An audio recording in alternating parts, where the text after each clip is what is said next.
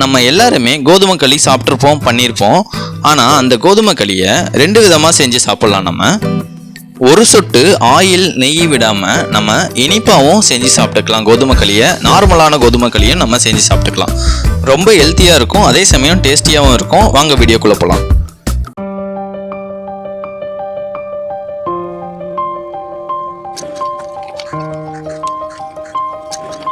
First ஒரே ஒரு cup கோதுமை எடுத்துக்கோங்க. நெக்ஸ்ட்டு பார்த்தீங்கன்னா அந்த கோதுமையை ஒரு பாத்திரத்தில் போட்டுட்டு தண்ணி விட்டுட்டு கொஞ்சம் நல்லா அலசிக்கோங்க. இந்த மாதிரி நல்லா அலசிக்கோங்க. அலசிட்டு ஒரு 2 மணி நேரம் தண்ணியிலேயே ஊற வச்சிருங்க.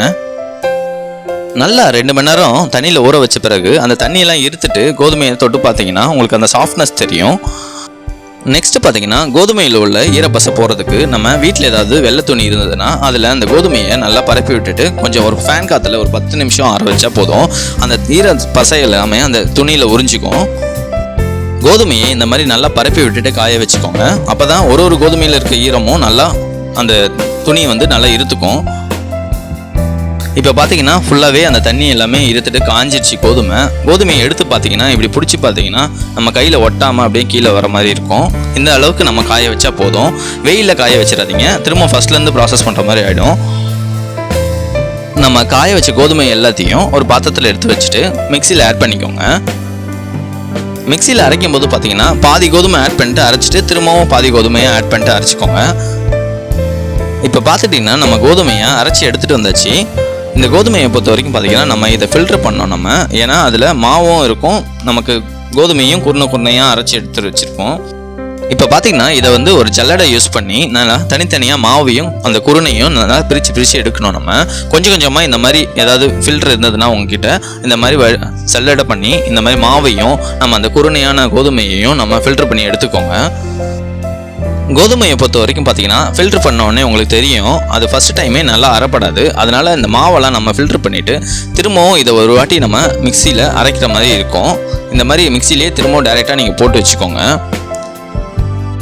இதே மாதிரி ப்ராசஸ் எல்லாத்துக்கும் நீங்கள் பண்ணிட்டீங்கன்னா இந்த மாதிரி மாவு தனியாக கோதுமை தனியாக நமக்கு தனியாக வந்துடும். நமக்கு ஃபில்டர் பண்ண மாவை பொறுத்த வரைக்கும் நமக்கு எந்த பிரச்சனையும் இல்லை. இப்போ கோதுமையை பார்த்தீங்கன்னு வைங்களேன், அதை செக் பண்ணி பார்த்தீங்கன்னா அது இன்னும் நல்லா குருணையாக இருக்கும். நல்லா மிக்ஸ் ஆகாத அளவுக்கு நல்லா அந்த பார்த்தாலே உங்களுக்கு தெரியும். அதை இன்னொரு வாட்டி அரைச்சி எடுத்துக்கோங்க. அரைச்சி எடுத்த பிறகு பார்த்தீங்கன்னா இப்போ எப்படி இருக்குது பாருங்கள், நல்லா மாவு மாதிரி கொஞ்சம் வந்துடும். நெக்ஸ்ட்டு பார்த்தீங்கன்னா நம்ம ஃபஸ்ட்டு ஃபில்டர் பண்ணோம் பார்த்தீங்கன்னா அதே மாதிரி ப்ராசஸில் நம்ம இதே மாதிரி ஜல்லடை யூஸ் பண்ணி மாவு தனியாக ஒரு குருணையான அந்த கோதுமையும் தனியாகவும் நல்லா ஃபில்டர் பண்ணி வச்சுக்கோங்க. இப்போ பார்த்தீங்கன்னா மாவையும் தனியாக எடுத்தாச்சு, கோதுமையும் நம்ம தனியாக எடுத்து வச்சாச்சு. இப்போ நம்ம சேர்த்துட்டு இருக்க கோதுமை பார்த்தீங்கன்னா ஒரு 4 பேர் சாப்பிட்ற அளவுக்கு நம்ம சேர்த்துருக்கோம். வீட்டில் 2 பேர் தான் இருக்காங்க சாப்பிட போகிறாங்கன்னு வைங்களேன், அந்த 1 கப் சேர்க்குறத ஒரு பாதி கப் சேர்த்துக்கோங்க கோதுமை. நெக்ஸ்ட் பார்த்தீங்கன்னா நல்ல ஒரு ஹீட்டான டவாவில் ஒரு 3 கப்பு தண்ணி ஆட் பண்ணிக்கோங்க. இந்த 3 கப்புன்ற அளவு எப்படின்னா நம்ம எந்த கப்பில் நம்ம கோதுமை எடுத்தோமோ அதே கப்பில் ஒரு 3 கப்பு நம்ம தண்ணி ஆட் பண்ணிக்கோங்க. அந்த தண்ணி நல்லா கொதி வந்தோடனே பார்த்தீங்கன்னா ஒரே ஒரு டீஸ்பூன் சால்ட் ஆட் பண்ணி இந்த மாதிரி நல்லா மிக்ஸ் பண்ணிக்கோங்க. நல்லா இந்த மாதிரி தண்ணி கொதிச்சுட்டு இருக்கும் போதே பார்த்தீங்கன்னா நம்ம ரெடி பண்ணி வச்சிருந்த குருணையான அந்த கோதுமையை ஃபஸ்ட்டு ஆட் பண்ணிக்கோங்க. ஆட் பண்ணுறது எப்படின்னா இந்த மாதிரி கொஞ்சம் கொஞ்சமாக ஆட் பண்ணி நல்லா இந்த மாதிரி மிக்ஸ் பண்ணிவிட்டு ஆட் பண்ணிகிட்டே இருங்க. தண்ணி எவ்வளோ சூடாக இருக்கோ அந்த அளவுக்கு நமக்கு போட நமக்கு வெந்துக்கிட்டே இருக்கும். சீக்கிரமாக வெயிட் லாஸ் பண்ணணும்னு நினைக்கிறவங்க கண்டிப்பாக கோதுமை களி டெய்லியும் எடுத்துக்கிறது ரொம்பவே நல்லது. அதுவும் இந்த மாதிரி கோதுமை களி ஒரு சொட்டு ஆயிலும் நம்ம நெய்யும் எதுவுமே விடாமல் நம்ம செஞ்சிட்ருக்கோம்.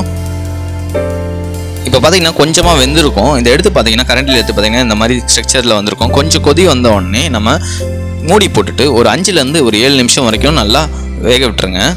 வெந்த பிறகு பார்த்தீங்கன்னா இப்படி இருக்கும். ஒரு 50% ரெடியாக இருக்கும். கொஞ்சம் நல்லா கிளறி விட்டுக்கோங்க. இந்த மாதிரி ரெடியான உடனே நல்லா கோதுமை களியை இந்த மாதிரி கிளறி விட்டுட்டு திரும்பவும் ஒரு 5 நிமிஷம் மூடி போட்டு இந்த மாதிரி வேக வச்சுருங்க.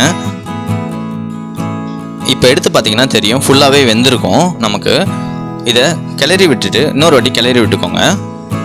இதோட டெக்ஸ்சர் எப்படி வந்திருக்கு பாருங்கள், நல்லா களி மாதிரி நல்லா சூப்பராக வந்திருக்கு.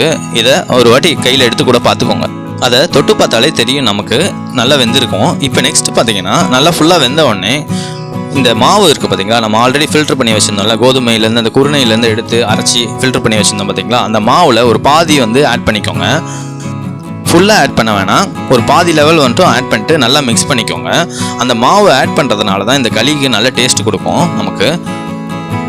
ஆட் பண்ணிட்டு இந்த மாதிரி நல்லா மிக்ஸ் பண்ணிக்கோங்க. மிக்ஸ் பண்ணிட்டு நல்லா ஃபுல்லாக மிக்ஸ் ஆனதுக்கப்புறம் திரும்பவும் இன்னொரு போர்ஷனை வந்து நம்ம ஆட் பண்ணிக்கோங்க. ஆட் பண்ணிட்டு இதையும் சேம் அதே மாதிரி நல்லா மிக்ஸ் பண்ணிக்கோங்க.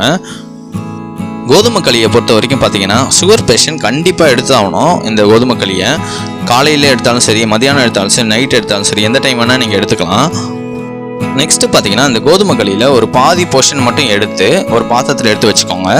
இனிப்பு பிடிக்காதவங்க இந்த மாதிரி கோதுமை களியை நீங்கள் சாப்பிட்டுக்கலாம். நெக்ஸ்ட்டு பார்த்தீங்கன்னா மீதி இருக்க போர்ஷன் கோதுமை களியில் ஆல்ரெடி வெள்ளைப்பாகு வந்து ரெடி பண்ணி வச்சுருக்கோம். இந்த வெள்ளைப்பாகை வந்து நீங்கள் ஆட் பண்ணிக்கோங்க. வெள்ளைப்பாகை பொறுத்த வரைக்கும் அளவு வந்து பார்த்தீங்கன்னா உங்களுக்கு தேவையான அளவு நீங்கள் சேர்த்துக்கோங்க. பாகு ஆட் பண்ணிவிட்டு இந்த மாதிரி நல்லா கிளறி விட்டுக்கோங்க. இந்த மெத்தடை பொறுத்த வரைக்கும் பார்த்தீங்கன்னா நம்ம இனிப்பு பிடிக்கிறவங்களுக்கு இந்த மாதிரி செஞ்சு சாப்பிட்டுக்கோங்க. சக்கரை சேர்க்காம இந்த மாதிரி வெள்ளப்பாகு அந்த மாதிரி ஊற்றி சாப்பிட்டா இன்னும் நல்லா டேஸ்ட்டாக இருக்கும். அதே சமயம் ஹெல்த்தியாகவும் இருக்கும் நமக்கு. இப்போ பார்த்தீங்கன்னா இனிப்பு கோதுமை களியும் ரெடி ஆயிடுச்சு. இதையும் ஒரு பாத்திரத்தில் எடுத்து வச்சுக்கோங்க. நெக்ஸ்ட் பார்த்தீங்கன்னா நம்ம ஆல்ரெடி ரெடி பண்ணி வச்சுருந்தோம் பார்த்தீங்களா நார்மல் கோதுமை களி, அதையும் எடுத்து வச்சுக்கோங்க. ஒரு பிளேட்டில் நம்ம ஸ்வீட் சம்மந்தமாக ரெடி பண்ணி வச்சுருந்தோம் பார்த்தீங்களா, அதையும் வந்து ரெடி பண்ணி ஒரு பிளேட்டில் எடுத்து வச்சுக்கோங்க. இந்த மாதிரி உருட்டி வச்சுக்கோங்க. இந்த மாதிரி உருட்டி வைக்கும்போது நம்ம கொஞ்சமாக கையில் தண்ணி நினச்சிக்கோங்க. நார்மல் கோதுமை களி நம்ம சாப்பிடும்போது பார்த்தீங்கன்னா கொஞ்சம் காரக்குழம்பு இந்த மாதிரி குருமா குழம்பு அந்த மாதிரி வச்சு சாப்பிட்டுக்கோங்க. இனிப்பு கோதுமை களியை பொறுத்த வரைக்கும் ஆல்ரெடி இனிப்பு இருக்கும். உங்களுக்கு இனிப்பு பத்தலைன்னா இந்த மாதிரி சிரப் ரெடி பண்ணி வச்சுட்டு அதை தொட்டுன்னு கூட நீங்கள் சாப்பிட்டுக்கலாம். வெயிட் லாஸ் டயட்டில் இருக்கவங்க கண்டிப்பாக கோதுமை களியை அடிக்கடி எடுத்துக்கிறது ரொம்பவே நல்லது. அது மட்டும் இல்லாமல் சுகர் பேஷண்ட்டும் கண்டிப்பாக எடுத்துக்கணும் கோதுமை களியை. இந்த வீடியோ பிடிச்சிருந்தா நீங்களும் வீட்டில் ட்ரை பண்ணி பாருங்கள். மறக்காமல் சப்ஸ்கிரைப் பண்ணிவிடுங்க. தேங்க்யூ.